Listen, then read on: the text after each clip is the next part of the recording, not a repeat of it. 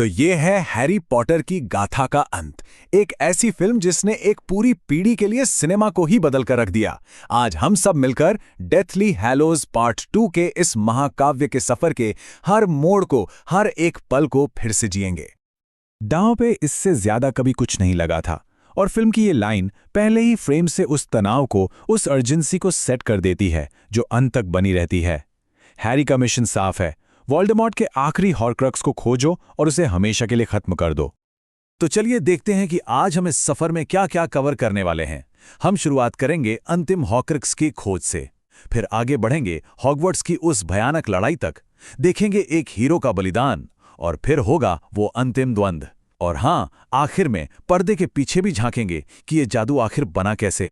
कहानी ठीक वहीं से शुरू होती है जहां पार्ट 1 ने हमें छोड़ा था। एक तरफ वोल्डेमॉर्ट दुनिया की सबसे शक्तिशाली छड़ी एल्डरवैंड हासिल कर चुका है, और दूसरी तरफ हैरी, रॉन और हरमाइनी अब तक के अपने सबसे खतरनाक मिशन पर निकल पड़े हैं। ग्रिंगॉट्स बैंक में घुसपैठ, एक ऐसी जगह जहां से भागना नामुमकिन माना जाता है।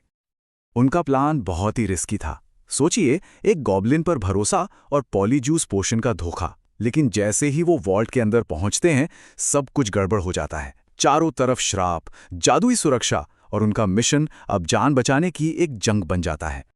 जब हर तरफ से घिर जाते हैं, धोखा मिलता है, तब बचने का सिर्फ एक ही रास्ता बचता है, ऊपर की तरफ, और वो भी एक बंदी ड्रैगन की पीठ पर। सच में इस सीरीज के सबसे यादगार और शानदार एस्केप सीन्स में से एक है ये।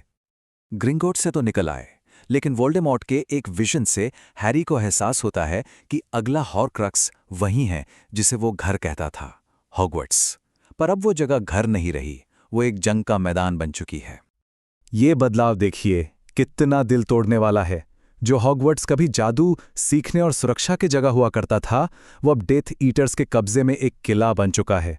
वोल्डेमॉर्ट की सेना के खिलाफ आखिरी उम्मीद, आखिरी मोर्चा। और जैसे ही हॉगवर्ट्स के चारों तरफ सुरक्षा कवच खड़े होते हैं, घमासान युद्ध शुरू हो जाता है। एक तरफ हैरी रेवेनक्लॉ का तियारा ढूंढ रहा है, तो दूसरी तरफ रॉन और हरमाइनी चेंबर ऑफ सीक्रेट्स में हैं। डंबलडोर की सेना छात्रों को तैयार कर रही है, प्रोफेसर्स किले को डिफेंड कर रहे हैं, और बाहर वोल्डेमॉर्ट की पूरी फौज दरवाजे तोड़ने के लिए खड़ी है। वक्त बहुत कम है।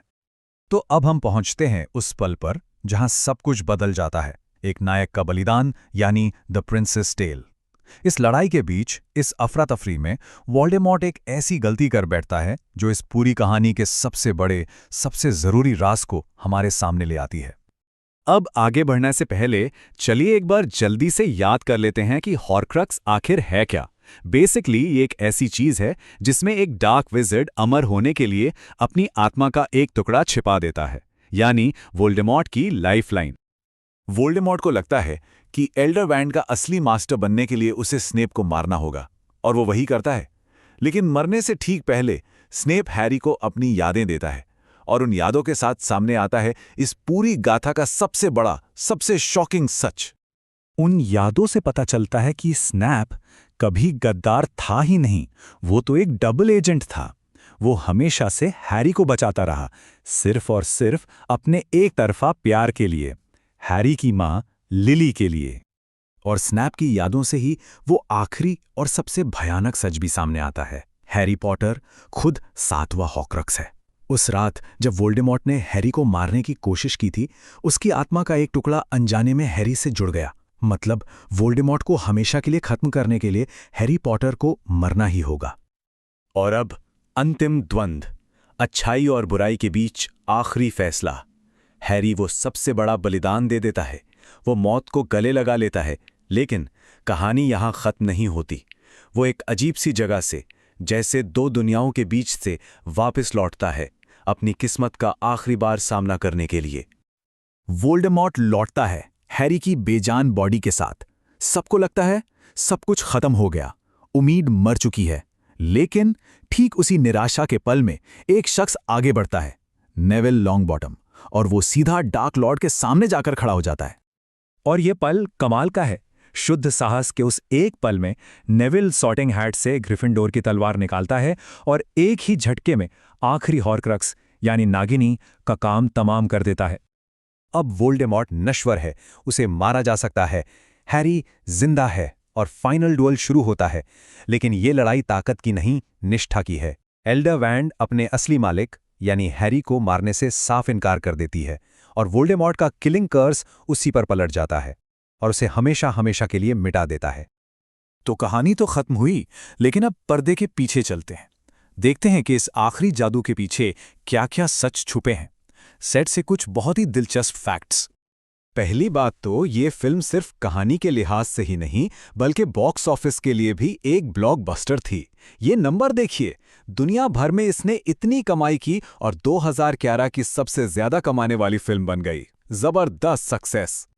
लेकिन नंबर्स से भी ज्यादा दिलचस्प है सेट का असली जादू। जैसे कि वो अजीब सा अनकंफर्टेबल सा हग जो वोल्डेमॉर्ट ड्रेको को देता है, वो स्क्रिप्ट में था ही नहीं, राल्फ फाइन्स ने वो ऑन द स्पॉट किया था। और सोचिए, एलन रिकमैन को स्नेप का पूरा सच, उसकी पूरी बैक स्टोरी बाकी सबसे लगभग 10 साल पहले से पता थी, इसीलिए उनका परफॉर्मेंस इतना पावरफुल था। और ये भी सुनिए, मैथ्यू लुइस यानी नेविल ने मरे हुए हैरी की एक्टिंग परफेक्ट करने के लिए 2 दिन तक डैनियल रैडक्लिफ को शैडो किया था। ये होती है डेडिकेशन। तो आखिर में ये फिल्म सिर्फ एक लड़ाई की कहानी नहीं है, ये उससे कहीं ज्यादा गहरी है। ये मौत को स्वीकार करने की, बलिदान की ताकत की और सबसे बढ़कर प्यार की कहानी है। चाहे वो लिली का अपने बेटे के लिए प्यार हो या हैरी का अपने दोस्तों के लिए, यही वो सबसे शक्तिशाली जादू है जो आखिर में जीतता है।